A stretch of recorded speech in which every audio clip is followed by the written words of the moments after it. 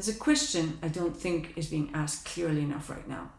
Are they actually fighting? Are Israel and the US actually fighting the right kind of war?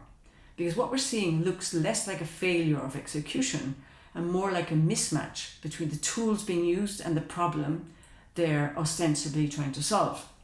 If we take a step back, the stated concerns are around the Strait of Hormuz, energy flows and regional stability. But the strait, by most accounts, isn't physically closed. Ships aren't moving because of risk, but insurance risk, escalation risk. So the problem isn't just control of a shipping lane, it's a collapse of confidence in the system. And that's where things start to look misaligned. Because if the problem is shipping and energy flow, then why are we seeing discussions around deploying ground forces, albeit not confirmed? Marines, for example, to small, highly exposed locations. Marines don't solve insurance markets. They don't stabilize energy systems. So what problem, if that did happen, would that actually solve? The same question applies to air power. There's been a lot of emphasis on air superiority from the US side on targeting leadership, infrastructure and command layers. But Iran's ability to respond through drones and missile systems appears to remain operational enough to keep imposing effects. The question isn't about whether the US air power is strong and Iran's air power is weak. It clearly is. The question is whether it's the right tool for the kind of system that Iran operates.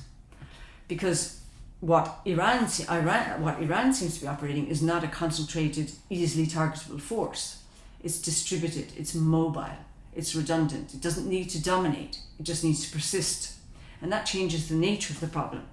You don't need to shut everything down to have an effect. You just need to create enough disruption, enough ripple effect disruption, enough uncertainty that the system starts to seize up on its own.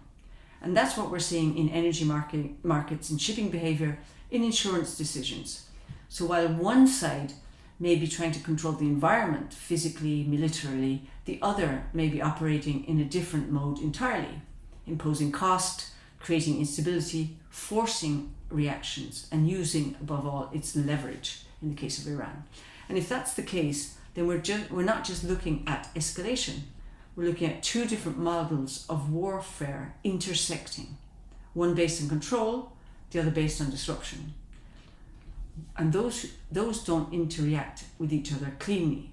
Add to the fact that the United States is projecting power into the region, operating from distance through alliances, through foreign bases, while Iran is operating in its own environment with shorter supply lines, prepared networks and localized leverage, not to mention decades of preparation. And you start to see another layer of mismatch, power versus proximity. Then there's cost. High-end systems are expensive to deploy, expensive to sustain. I'm talking about the US here. But disruption, particularly through the methods that Iran is using, drones, missiles and targeted strikes, can be imposed with impact at much lower cost. So over time, the question might become, who is imposing cost more efficiently? Iran, the US or Israel? And finally, there's constraint. These decisions aren't happening in a vacuum. Different actors are operating under different pressures, domestic, political, economic. And those pressures shape how risk is taken, how escalation is managed, and what outcomes are considered acceptable. So when you put all of this together, the question isn't just what's happening, it's whether the approach matches the reality of the problem. Because if you're trying to control something that is inherently being disrupted, or trying to suppress a system that is designed to survive and persist in the face of these types of attacks, then the issue may not be execution. It may be that the war being fought is not the war that's actually unfolding. And that is where things become much harder to manage and much harder to predict.